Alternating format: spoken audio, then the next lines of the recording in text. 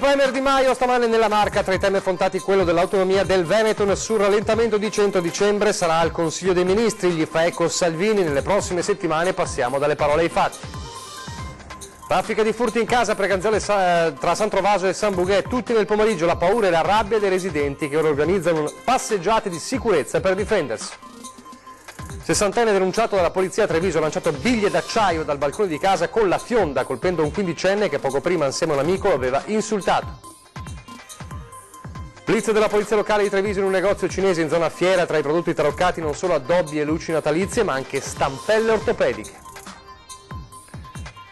Il mondo dell'imprenditoria trevigiana è in lutto per la scomparsa di Graziana Papes, il ricordo di Zai e il mondo della sanità privata perde una figura innovativa. Il rifugio per cani dell'OIPA di Falzari di Trevignano cerca casa, l'appello delle volontarie ai nostri microfoni.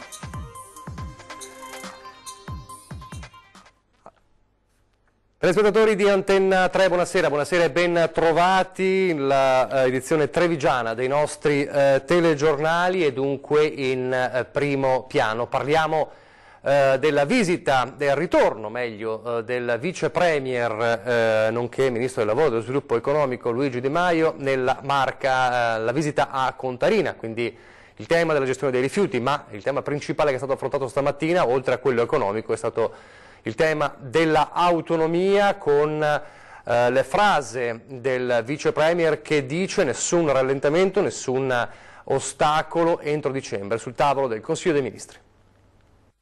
Autonomia del Veneto avanti tutta. A confermarlo oggi a Spresiano il vice premier Luigi Di Maio, smentendo le notizie di possibili rallentamenti dovuti dalle diverse posizioni dei ministeri. I cittadini del Veneto hanno votato un referendum che non può essere disatteso, quindi non ci sono dubbi sull'autonomia del Veneto da nessuna delle due forze politiche che sostiene questo governo, che sostengono questo governo, anzi lo dobbiamo fare il prima possibile e stiamo lavorando con i ministri competenti per dare l'autonomia richiesta dal Veneto sulle materie richieste il prima possibile. Il ministro va oltre con date e passaggi legislativi. Nei vari consigli dei ministri di dicembre bisogna affrontare il tema dell'autonomia. Lo stiamo facendo correndo e facendo una corsa contro il tempo, perché immaginerete che la materia è importante, ma il fatto di dire che una materia è importante non significa mettere le mani avanti e dire che perderemo tempo o prenderemo tempo. I veneti hanno diritto all'autonomia perché l'hanno richiesta con un referendum e l'avranno in tempi certi. Messaggi chiari a tutto l'orizzonte politico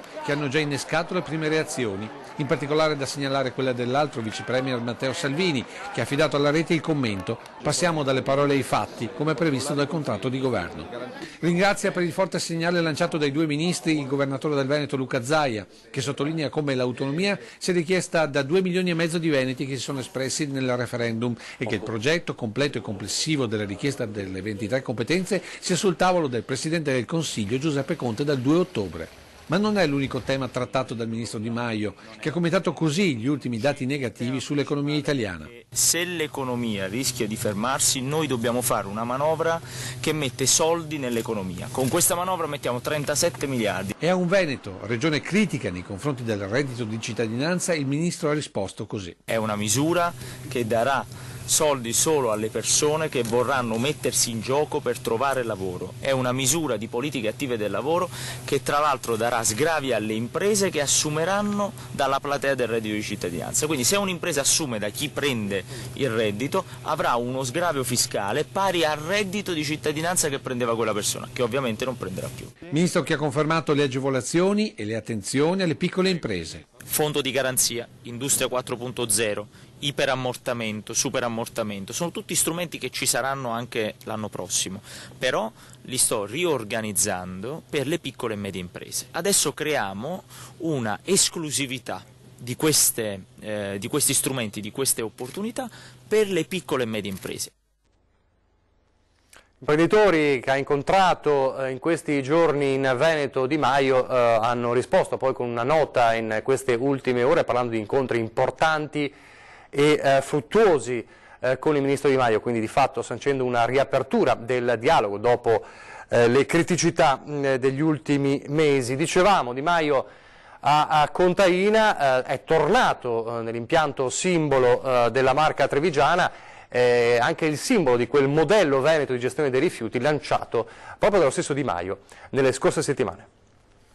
L'autonomia è all'interno del contratto di governo, fino ad ora il contratto di governo è stato rispettato in tutte le sue parti.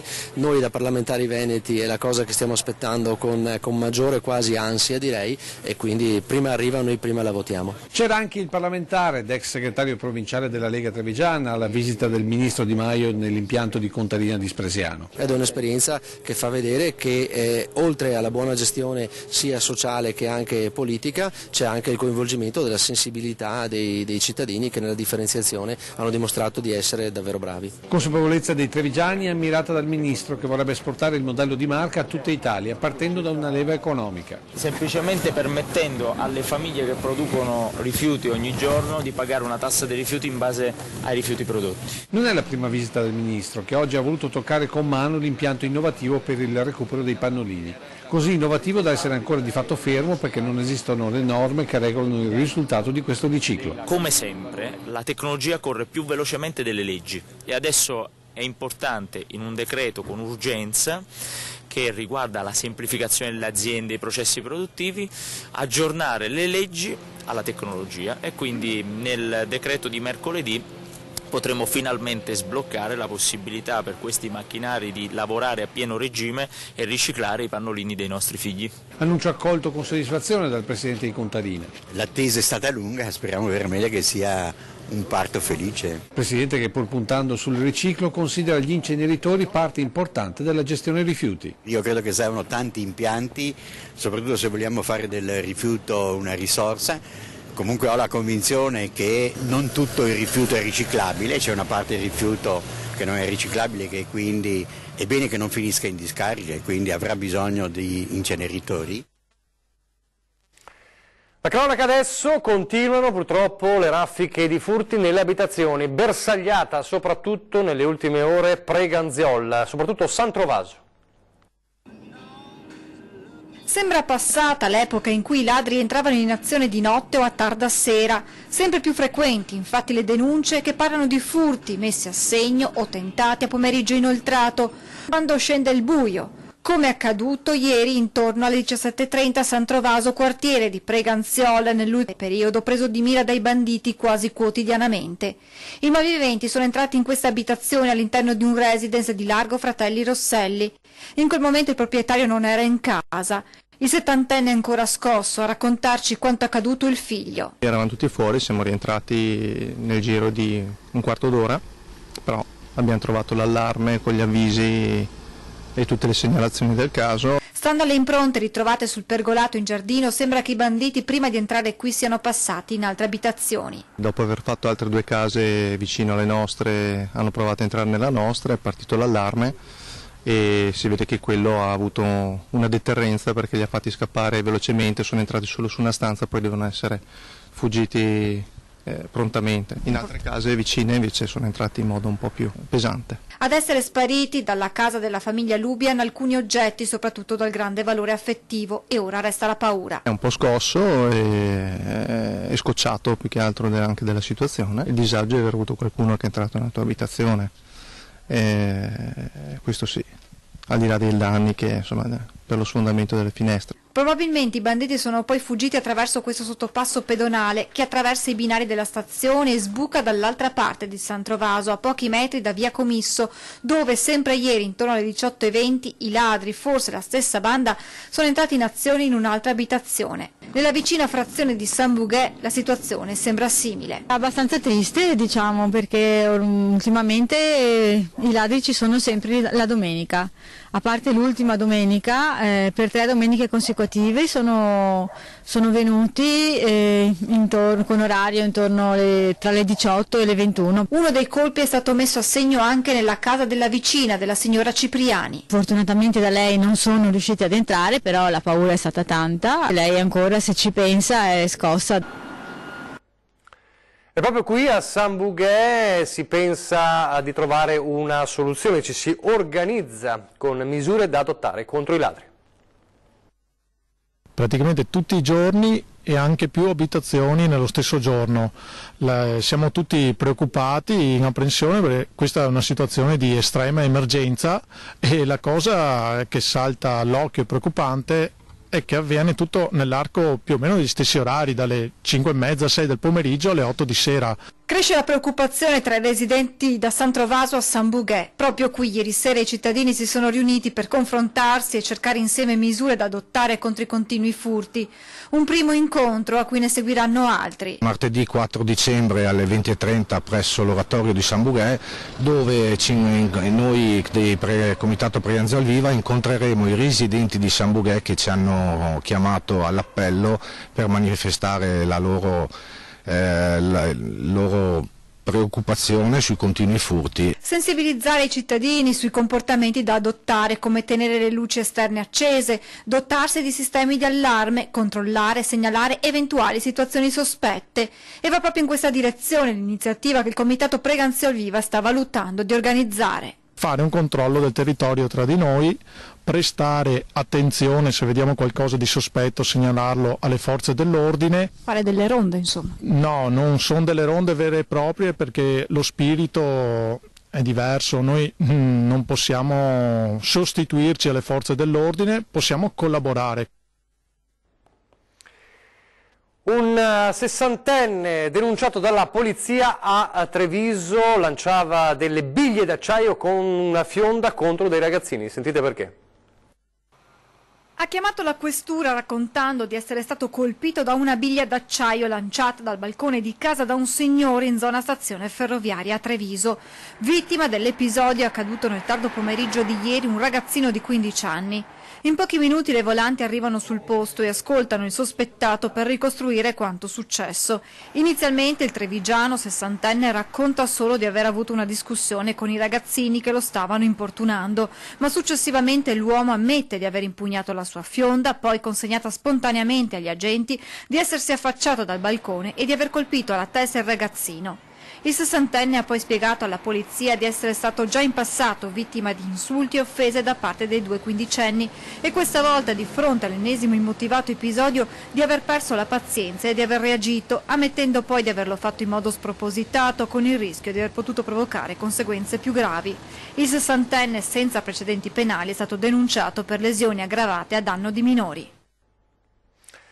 Un maxi sequestro della polizia locale in un bazar cinese nella zona fiera a Treviso. Gli agenti hanno trovato diversa merce, 150 articoli tra Babbi Natale, parlanti, strenne e lucine non conformi alle normative nazionali e comunitarie. Almeno 70 pezzi fra addobbi e luci a LED presentavano infatti difformità nei collegamenti elettrici con possibili rischi per gli acquirenti. Ma oltre alle classiche lucine, gli operatori hanno trovato sugli scaffali una ventina di stampelle per uso ortopedico che non solo non presentavano alcuna marcatura, ma erano pure commercializzate a prezzi irrisori, complice la scarsa qualità dei materiali. Il titolare dell'esercizio commerciale rischia adesso sanzioni per oltre 9.000 euro. Polemiche a scuola e un genitore che insulta pesantemente una maestra accade per uno sciopero.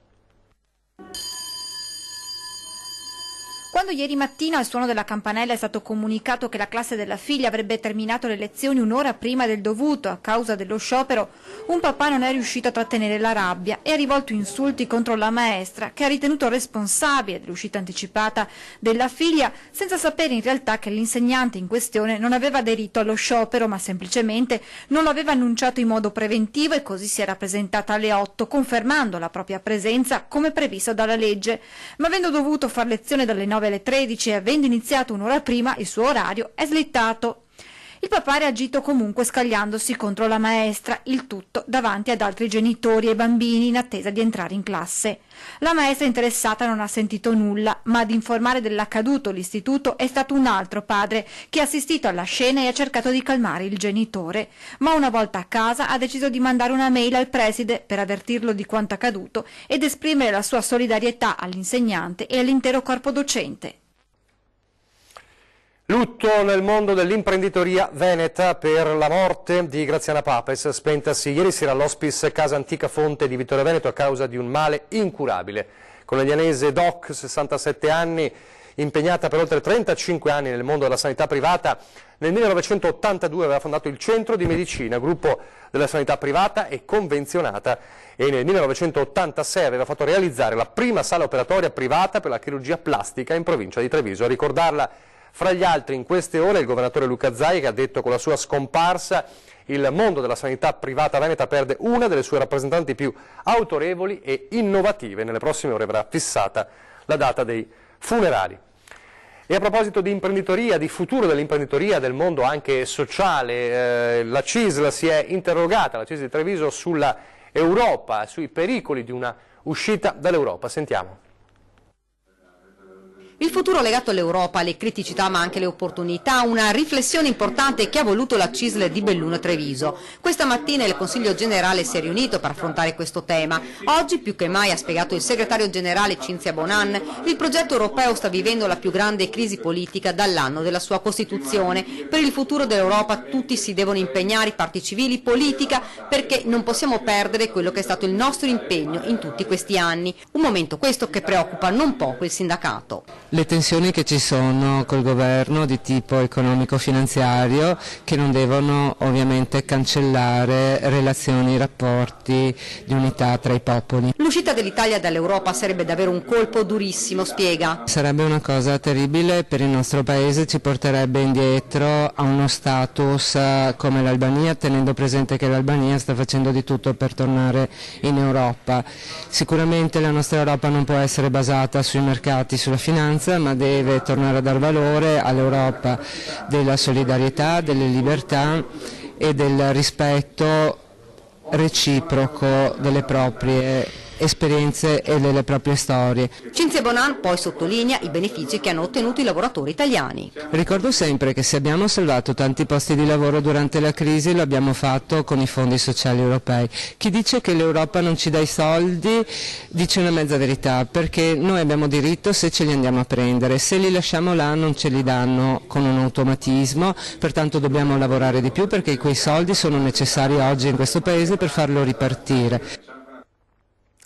Ambiente adesso è una delle zone più belle della Marca, il Parco del Sile. Continuano le polemiche sugli sfalci che arrivano direttamente sul fiume.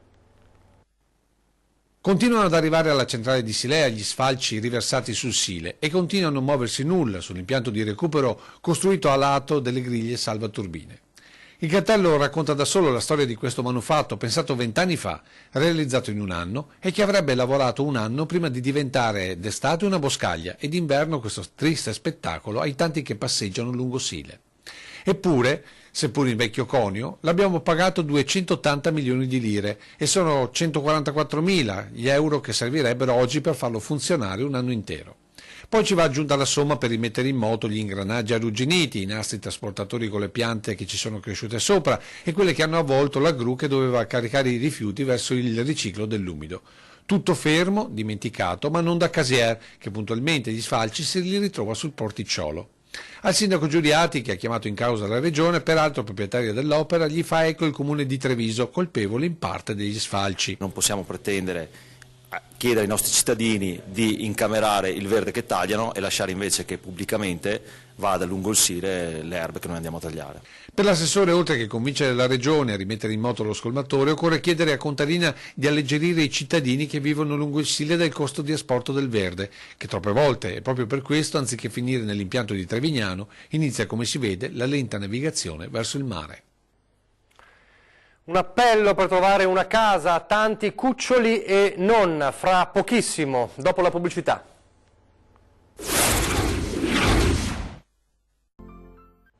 Eccoci in studio in diretta, il telegiornale di Treviso, parliamo di animali, parliamo di cuccioli e non solo. Il rifugio dell'OIPA di Falzai di Trevignano cerca case, allora arriva l'appello delle volontarie ai nostri microfoni.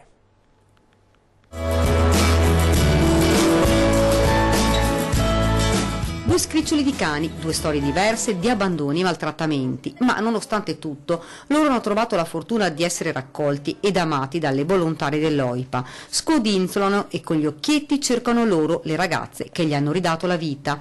Ora sono proprio le volontarie che chiedono aiuto. Il rifugio presto dovrà spostarsi, hanno bisogno quanto prima di trovare casa. Siamo alla ricerca di un nuovo posto per tenere i nostri cani, possibilmente, se si può fare appello, distante dalle case, quindi che sia un posto tranquillo, possibilmente magari in campagna, così possiamo anche fargli fare passeggiate, perché comunque noi non li teniamo e basta, andiamo ogni giorno, li curiamo, li diamo da mangiare, li puliamo i rifugi. Una zona tranquilla, ci spiegano, dove poterci prendere cura dei nostri animali. Un affitto, un comodato d'uso o un posto dove ci sia comunque luce e acqua, perché ci servono ovviamente d'inverno, poi quando è anche buio siamo tutti gente che lavora, quindi magari andiamo la sera e se non c'è luce non possiamo fare niente.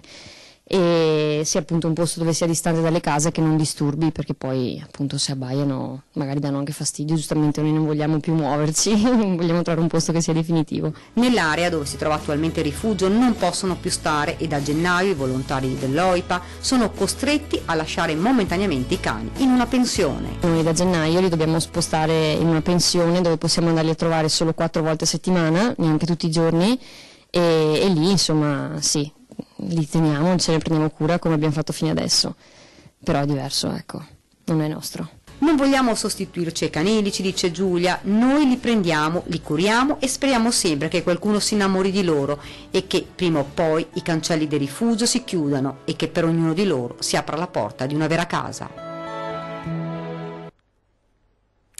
Torniamo in città adesso, ci spostiamo nel quartiere di Santa Bona, Treviso. Dopo 4 anni di battaglia da parte dei residenti è arrivato l'atteso e sospirato senso unico in via Bianchini. È stata una battaglia che ha coinvolto tante persone, ma che oggi vede finalmente la luce. La battaglia di cui parla Enrico Renosto è quella che ha portato, dopo 4 anni di richieste da parte di tutto il quartiere di Santa Bona, sfociate in passeggiate, raccolta firme, al senso unico in via Bianchini. Un intervento necessario, spiega Renosto, per garantire la sicurezza di una strada percorsa da molte persone, soprattutto bambini. Adesso il tutto è stato regolamentato con appunto una segnaletica che delimita il parcheggio, con una via ciclabile in senso opposto protetta e con un senso unico di marcia delle vetture, con soprattutto un limite di 30 all'ora. Obiettivo raggiunto, ma ce ne sono altri da tagliare, come il cantiere a Santa Bona Vecchia e Sistemazione del Parco Uccio, quindi con la chiusura del Parco Uccio in notturno, qui l'amministrazione ha anche annunciato che metteranno delle telecamere. Una vittoria di squadra, sottolinea Renosto, che ringrazia le tante persone che si sono impegnate, e un ringraziamento va anche ad Antenna 3. Io vi ringrazio, ricordo appunto la nostra anche passeggiata di quartiere con le vostre telecamere. Restiamo a Treviso adesso per parlare dello spettacolo di danza atletica di Aeros in scena al Teatro Comunale di Treviso, uno spettacolo che per certi versi è anche simbolo del vento nuovo che inizia a spirare con l'arrivo della Regione nella preparazione delle prossime stagioni per i teatri di Treviso.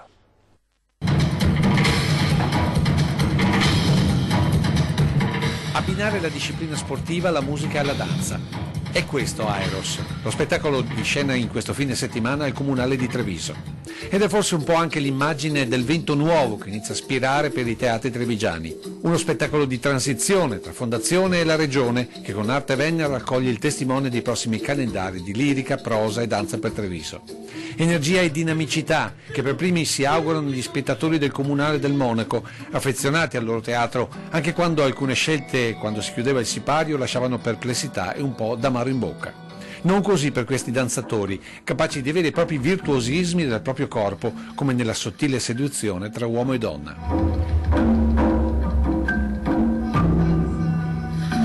Uno spettacolo dove si inserisce anche la libertà di percezione dello spettatore. Così per tanti questo momento ha ricordato i pomeriggi all'oratorio e l'antico gioco dei 4 cantoni.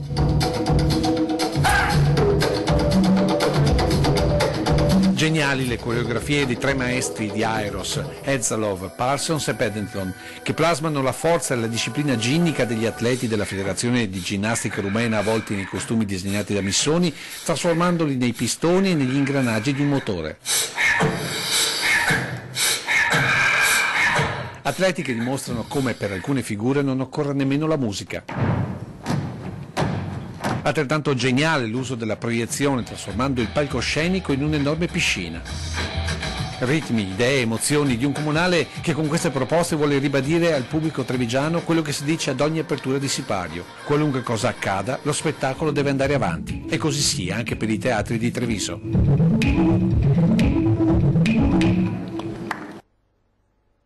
Con lo spettacolo sul palco si chiude questa edizione trevigiana dei nostri telegiornali. Vi lascio alle previsioni del tempo, grazie per averci seguito. Arrivederci.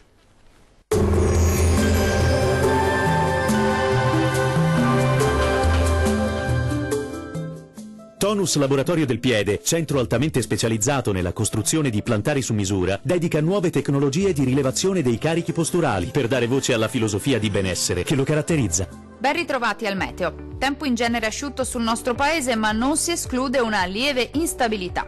Nel dettaglio, sul Veneto sarà una giornata molto grigia. Il cielo si presenterà irregolarmente nuvoloso e a tratti anche coperto, sin dal mattino e per tutto l'arco della giornata. Dal pomeriggio saranno possibili deboli piovaschi sparsi un po' su tutte le province. Temperature minime tra -1 e 5 gradi. Valori massimi compresi invece tra 5 e 8 gradi. Vediamo ora che tempo farà sul Friuli Venezia Giulia. Sarà una giornata all'insegna di un tempo asciutto e stabile. Sulla nostra regione infatti non sono attese precipitazioni particolarmente degne di nota. Più sole al mattino sui monti, cielo maggiormente coperto invece al pomeriggio. Temperature minime tra lo 0 e i 5 gradi. Valori massimi oscillanti invece tra 7 e 10 gradi circa. Vediamo infine la situazione meteorologica del Trentino Alto Adige. Tempo asciutto e stabile anche sulla nostra regione, al mattino non mancherà il sole, tuttavia il cielo risulterà molto nuvoloso e coperto al pomeriggio anche con qualche precipitazione nevosa sui settori di confine. Temperature minime comprese tra lo 0 e i 2 gradi. Valori massimi oscillanti invece tra 3 e 8 gradi. Dal meteo di Antenna 3 per ora è tutto. Arrivederci al prossimo aggiornamento.